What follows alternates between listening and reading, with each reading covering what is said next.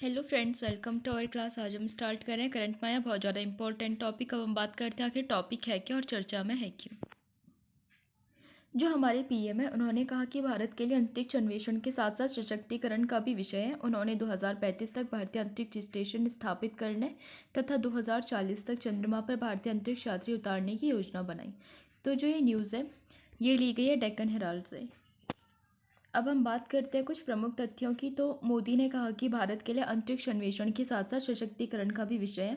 उन्होंने 2035 तक भारतीय अंतरिक्ष स्टेशन स्थापित करने तथा 2040 तक चंद्रमा पर भारतीय अंतरिक्ष यात्री उतारने की योजना बनाई थी। वैश्विक अंतरिक्ष अन्वेषण सम्मेलन यानी कि GLEX यानी कि ग्लैक्स 2025 के लिए पूर्व रिकॉर्ड किए गए संदेश में उन्होंने जोर देकर कहा कि मंगल और शुक्र ग्रह भी अन्वेषण मिशनों के लिए देश के रडार पर है। और उन्होंने कहा कि भारत ने दक्षिण एशियाई देशों के लिए उपग्रह प्रक्षेपित किया और समूह की अध्यक्षता के दौरान G20 उपग्रह वैश्विक दक्षिण के लिए एक उपहार होगा। मोदी ने 2027 की शुरुआत में लॉन्च किए जाने वाले मिशन का जिक्र करते हुए कहा कि हमारा पहला मानव अंतरिक्ष उड़ान मिशन यानी कि गगनयान हमारे देश की बढ़ती आकांक्षाओं को उजागर करता है। और प्रधानमंत्री ने कहा कि आने वाले सप्ताहों में एक भारतीय अंतरिक्ष यात्री अंतर्राष्ट्रीय अंतरिक्ष स्टेशन के लिए इसरो नासा के संयुक्त मिशन के हिस्से के रूप में अंतरिक्ष की यात्रा करेगी। जैसे कि आपने नाम सुना होगा शुभांशु शुक्ला का, तो अभी उनको इसके लिए चुना गया है। एक्सियम 4 मिशन को 29 मई को प्रक्षेपित किया जाएगा और भारतीय अंतरिक्ष यात्री शुभांशु शुक्ला और 3 अन्य अंतरिक्ष यात्री कक्षीय प्रयोगशाला में 14 दिनों का प्रवास करेंगे। ग्लैक्स 2025 का आयोजन अंतर्राष्ट्रीय अंतरिक्ष यात्री महासंघ और भारतीय अंतरिक्ष अनुसंधान संगठन द्वारा किया गया था। उन्होंने कहा 2035 तक भारतीय अंतरिक्ष स्टेशन अनुसंधान और वैश्विक सहयोग में नए आयाम खोलेगा और 2040 तक किसी भी भारतीय के पदचिह्न चंद्रमा पर होंगे। मंगल और शुक्र का भी जो है गोल, वो भी उनकी नज़रों में है। और उन्होंने याद दिलाया कि भारत की अंतरिक्ष यात्रा 1963 में एक छोटे से रॉकेट के प्रक्षेपण के साथ शुरू हुई थी और वो चंद्रमा के दक्षिणी ध्रुव के पास उतरने वाला पहला देश बना था। उन्होंने कहा कि भारत ने 2014 में अपने पहले प्रयास में मंगल ग्रह पर पहुंचकर इतिहास रच दिया और चंद्रयान फर्स्ट ने चंद्रमा पर पानी की खोज में मदद की थी।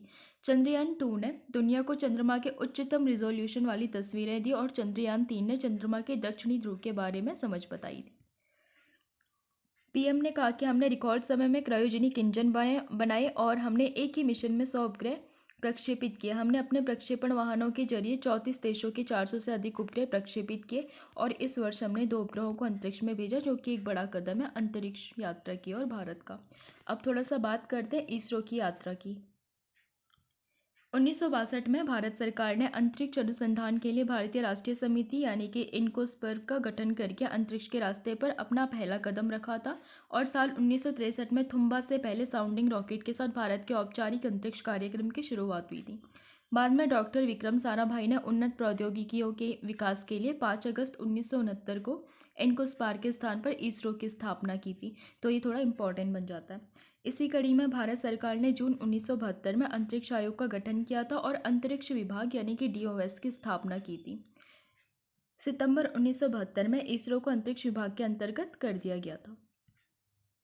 अब बात करते हैं आर्यभट्ट से चंद्रयान तक की यात्रा की, और उससे भी आगे कुछ गोल है तो थोड़ा सा उनके बारे में भी बात करेंगे। 19 अप्रैल 1975 को भारत ने अपना पहला उपग्रह आर्यभट्ट रूस के प्रक्षेपण यान से सफलतापूर्वक प्रक्षेपित कर अंतरिक्ष की दुनिया में अपना नाम दर्ज कराया।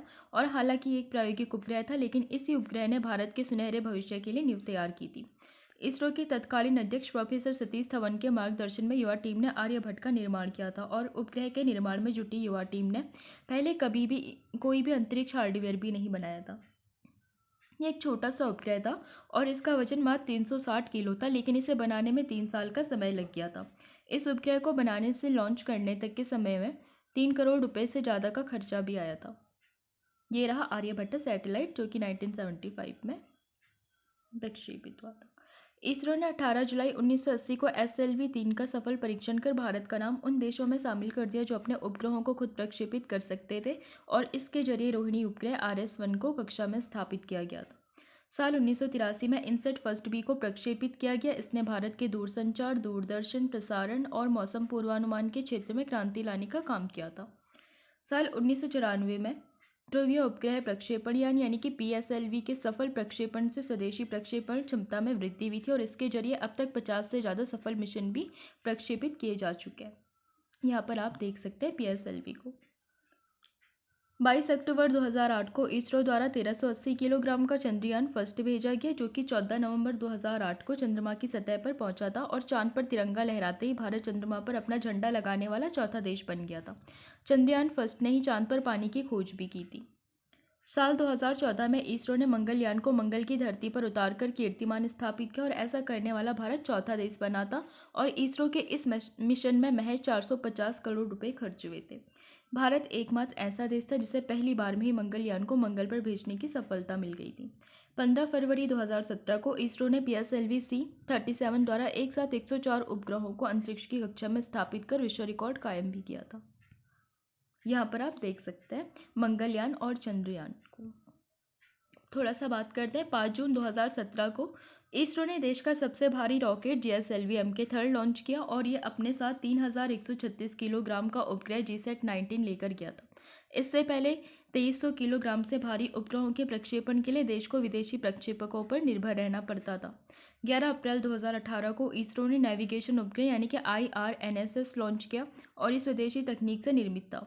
इसके साथ ही भारत के पास अब अमेरिका के GPS सिस्टम की तरह अपना नेविगेशन सिस्टम भी है।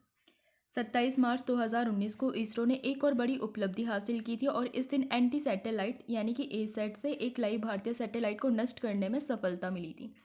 अंतरिक्ष में सैटेलाइट को मार गिराने वाला भारत चौथा देश बन गया।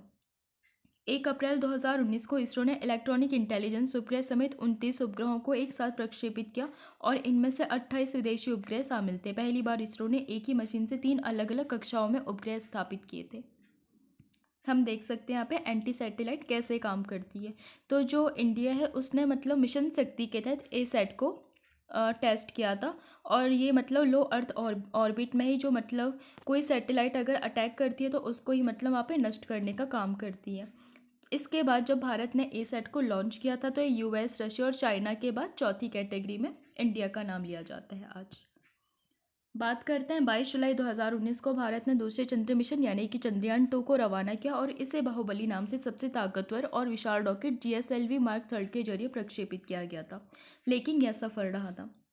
उसके बाद जब चंद्रयान 3 की सफलता मिली थी तो इसरो अन्य वैज्ञानिक मिशनों पर सक्रियता से काम कर रहा है, जैसे कि सितंबर 2023 में लॉन्च किए गए आदित्य L1 सौर वेधशाला ने जुलाई 2024 में L1 बिंदु के चारों ओर अपनी पहली परिक्रमा पूरी की और ये पहले ही सौर तूफान के अध्ययन में योगदान भी दे चुकी है। जनवरी 2024 में लॉन्च किया गया एक्सरे पैलिरीमीटर सैटेलाइट यानी कि एक्सपोसैट अंतरिक्ष आधारित खगोल विज्ञान में भारत की क्षमताओं को आगे बढ़ाएगा। यहाँ पर हम देख सकते हैं। आदित्य L1 मिशन के बारे में भी थोड़ा सा बात कर लेते हैं। तो चंद्रयान 3 की कामयाबी के बाद आदित्य L1 मिशन की तैयारी हुई थी और 2 सितंबर को श्रीहरिकोटा के सतीश धवन स्पेस सेंटर से इसे लॉन्च किया गया था। इन 5 वजहों से L1 खास था क्योंकि आदित्य मिशन के लिए लैंग्वेज पॉइंट 1, 2, 3, 4 एंड 5 है, लेकिन आदित्य के साथ L1 को जोड़ा गया। दरअसल लैंग्वेज कक्षा में इस पॉइंट पर ग्रहण का असर ना के बराबर होता है, इसीलिए वहाँ पर L1 पे ही इसको लॉन्च किया गया था। PSLV C-57 रॉकेट आदित्य को पृथ्वी की निचली कक्षा में पहुंचाया था और निचली कक्षा में पहुंचने के बाद ओवल आकार में लाकर प्रोपल्शन की मदद से L1 पॉइंट की तरफ भेजा गया, जिसके बाद पृथ्वी के गुरुत्वाकर्षण से बाहर होने के बाद क्रूज फेज शुरू हुआ और L1 के पास हेलो ऑर्बिट में प्लेस किया गया और इस पूरी प्रक्रिया में करीब 127 दिन यानी कि 4 महीने का समय भी लगा था। सूर्य असीमित मात्रा में ऊर्जा प्रदान करता है, लिहाजा निकट भविष्य में अगर कोई घटना होती है तो उसका पूर्व अध्ययन आगे की स्थितियों के विश्लेषण में अहम बनता है, इसीलिए भी L1 मिशन हमारे लिए काफ़ी इम्पोर्टेंट था। इसके अलावा किसी भी ग्रह के कक्षा में आसपास करीब 5 स्थान होते हैं जहां गुरुत्वाकर्षण बल, स्पेसक्राफ्ट एंड सूरज और ग्रह की गतिविधियां जानकारी हासिल करने के लिए बेहतर माना जाता है। आदित्य L1 मिशन का बजट करीब 423 करोड़ रुपए था और इसे PSLV C-57 से लॉन्च किया गया। इसका मकसद chromosphere, corona, plasma physics and solar flares आदि का अध्ययन करना है और इसके अलावा कोरोनल लूप एंड कोरोनल तापमान, घनत्व और वेग के बारे में जानकारी हासिल भी इससे होगी।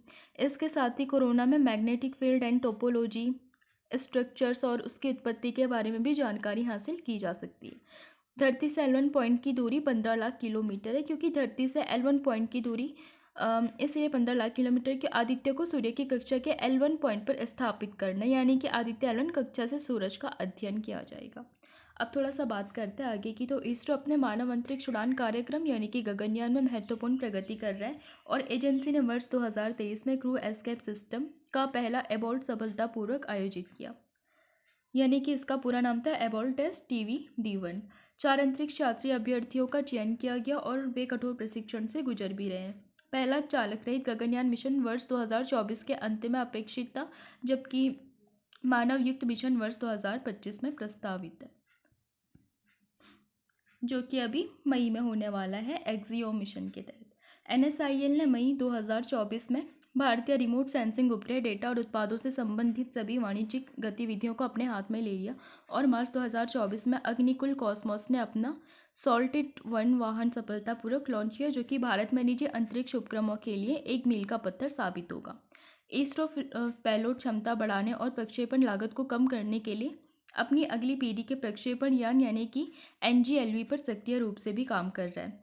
NGLV को त्रिचरणीय वाहन के रूप में डिज़ाइन किया गया है, जो कि सेमी क्रायोजेनिक लिक्विड और क्रायोजेनिक इंजन के द्वारा संचालित होगा। हम यहाँ पर देख सकते हैं NGLV को। तो जो इसका टोटल बजट है 8200 करोड़ रुपए से ज़्यादा है और इसका मतलब क्या है कि ये सस्ता है और दोबारा से रीयूजेबल हो सकता है। ये भारतीय जो लक्ष्य है भारतीय अंतरिक्ष स्टेशन बनाने में भी मदद कर सकता है, साथ ही साथ इंडियन क्रूड लैंडिंग और जो कि मून पर होनी है 2040 तक, उसके लिए भी ये काफ़ी इम्पोर्टेंट हो सकता है। ये करंट पेलोड कैपेसिटी से 3 टाइम्स ज़्यादा है, जैसे कि LVM थर्ड है तो उससे ये ज़्यादा है इसकी कैपेसिटी, और ये काफ़ी सस्ता है और इसमें ग्रीन प्रोपल्सन का यूज किया गया है। इसमें 3 डेवलपमेंट फ्लाइट्स हैं और 8 साल में ये कंप्लीट करेगा इसे। इसके साथ ही इसरो द्वारा LVM थर्ड रॉकेट के लिए सेमी क्रायोजेनिक इंजन का विकास किया जा रहा है और ये प्रगतियां भारत के लिए हैवी लिफ्ट प्रक्षेपण बाजार में प्रतिस्पर्धा करने और भविष्य के महत्वाकांक्षी अंतरिक्ष मिशनों को समर्थन देने के लिए भी महत्वपूर्ण है। इसके अलावा सरकार ने भारतीय अंतरिक्ष नीति यानी कि इंडियन स्पेस पॉलिसी 23 को मंजूरी दी थी, जिसमें कहा गया कि राष्ट्रीय अंतरिक्ष एजेंसी के रूप में भारतीय अंतरिक्ष अनुसंधान संगठन यानी कि इसरो मुख्य रूप से नई अंतरिक्ष प्रौद्योगिकियों और अनुप्रयोगों के अनुसंधान एवं विकास तथा बाह्य अंतरिक्ष के बारे में मानवीय समझ का विस्तार करने पर ध्यान भी केंद्रित करेगा। यहाँ पर हम देख सकते हैं NSIL ने GSAT-20 एंड GSAT-N2 उपग्रह के प्रक्षेपण के लिए SpaceX के साथ एक समझौते पर हस्ताक्षर किए, जो कि अंतर्राष्ट्रीय प्रक्षेपण क्षमताओं का उपयोग करने के लिए व्यवहारिक दृष्टिकोण को परिलक्षित भी करता है। और निसार मिशन, जिसका प्रक्षेपण वर्ष 2025 के आरंभ में होना अपेक्षित था, इसके लिए नासा के साथ भारत का उस सहयोग अंतरिक्ष क्षेत्र में वैश्विक अग्रणी एजेंसियों के साथ बढ़ते तकनीकी सहयोगों को परिलक्षित भी करता है। यहाँ पर हम देख सकते हैं निसार को। भारतीय अंतरिक्ष स्टेशन की बात भी थोड़ा सा कर लेते हैं, जिसका गोल रखा गया है 2035 तक, तो थोड़ा सा उस पर भी बात कर लेनी बनती है। भारतीय अंतरिक्ष अनुसंधान संगठन यानी कि इसरो वर्ष 2035 तक भारतीय अंतरिक्ष स्टेशन यानी कि BAS विकसित करने की योजना भी बना रहा है और ये भारत का पहला स्थायी कक्षीय अनुसंधान स्टेशन यानी कि परमानेंट ऑर्बिटर रिसर्च स्टेशन होगा, जो कि पृथ्वी से 400 से 450 किलोमीटर की ऊंचाई पर परिक्रमा करेगा और ये विभिन्न वैज्ञानिक प्रयोगों यानी कि और दीर्घकालिक अंतरिक्ष यात्रा और भविष्य के चंद्र यानी कि लूनर और मंगल मिशन के लिए महत्वपूर्ण भी होगा। यहाँ पर हम देख सकते हैं BAS को। जो इंडिया का स्पेस स्टेशन है उसमें ऐसे करके कॉमन बर्थिंग मैकेनिज्म से ये चलेगा। इसके अलावा इसमें यहाँ पर जो दिख रहे हैं इनको कहते हैं नोड्स, एंड जो ये नीचे वाला पोर्शन है इसको कहते हैं क्यूपोला, एंड जो इसका जो वेलोसिटी वेक्टर एंड अर्थ का है तो ये इस तरीके से हमको दिखाई देगा सीधे, मतलब एंड फिर नीचे को, फिर इसके बाद मतलब इस तरीके से ये स्पेस में रखा जाएगा, जहाँ पर कि जो मतलब साइंटिस्ट हो गए या फिर जो भी एस्ट्रोनॉट है वो यहाँ पर जाकर के ठहर सकते हैं और रिसर्च कर सकते हैं। इसकी संरचना के बारे में बात करें तो इसमें 5 मॉड्यूल्स हैं। निर्माण प्रक्रिया चरणों में की जाएगी। प्रारंभिक प्रक्षेपण पहला बेस मॉड्यूल 2028 में लॉन्च किया जाएगा और पूर्ण संचालन के लिए समय सीमा है इसकी 2035 तक, ये पूरी तरीके से कार्यशील होगा। सौर ऊर्जा से संचालित होगा और GSLV M के थर्ड और भविष्य में भारत द्वारा विकसित नए हैवी लॉन्च वाहन यानी कि HLV का उपयोग किया जाएगा इसको लॉन्च करने में। अब अन्य अंतरिक्ष स्टेशनों की भी बात करें तो सैल्यूट-1 सोवियत संघ का है, जो कि 1971 में स्थापित किया गया था। स्काई लैब की बात करें तो ये नासा का है, जो कि USA में है और 1973 में इसको लॉन्च किया गया था। ISS यानी कि इंटरनेशनल स्पेस स्टेशन यानी कि NASA, Roscosmos and ESA, JAXA, CSA का एक कंबाइंड स्टेशन है स्पेस का, जो कि 1998 में स्थापित किया गया था। तियांगोंग ये चीन का है, 2021 में स्थापित किया गया था। गेटवे स्पेस स्टेशन जो कि नासा का है, आर्टेमिस प्रोग्राम के तहत है और ये अपकमिंग है, अभी आगामी है। Axiom space station, axiom space यानी कि जो निजी कंपनी है इसके माध्यम से बनाया जा रहा है और अपकमिंग है, अभी हुआ नहीं है ये। भारतीय अंतरिक्ष स्टेशन की बात करें तो ये इसरो द्वारा स्थापित किया जाएगा। 2028 में इसका पहला मॉड्यूल होगा एंड 2035 तक ये पूरी तरीके से कार्यशील होने की संभावना भी है।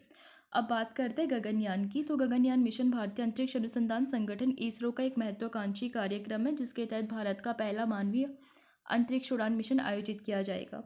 इस मिशन के तहत 3 भारतीय अंतरिक्ष यात्रियों को पृथ्वी की निचली कक्षा यानी कि LEO में 400 किलोमीटर की ऊंचाई पर 5 से 7 दिनों के लिए भेजा जाएगा और मिशन का उद्देश्य मानव अंतरिक्ष उड़ान क्षमता का प्रदर्शन करना है और भविष्य में भारतीय अंतरिक्ष अन्वेषण कार्यक्रम की नींव रखना भी है। इस मिशन के प्रकार होंगे 2 टाइप के, जैसे कि 2 मानव रहित परीक्षण उड़ानें और 1 मानव युक्त उड़ान। इसका जो लॉन्च वाहन होगा वो होगा GSLV MK3। अब इसके बारे में बात करते हैं अंतरिक्ष यात्री कौन कौन होंगे। तो भारतीय वायुसेना के pilot Prashant Balakrishnan Nair, Ajit Krishnan and Angad Pratap and Shubhanshu Shukla को इसके लिए चुना गया है। जो शुभांशु शुक्ला है उनको अभी एक्सियो मिशन 4 के लिए भी चुना गया है। मानव रहित मिशन की बात करें तो G1 और G2 2 मानव रहित मिशन है।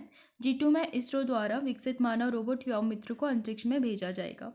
अंतर्राष्ट्रीय सहयोग की बात करें तो नासा और इसरो की संयुक्त पहल के तहत शुभांशु शुक्ला को 2025 में अंतर्राष्ट्रीय अंतरिक्ष स्टेशन पर जाने के लिए चुना गया, जो कि 29 को प्रक्षेपित किया जाना है।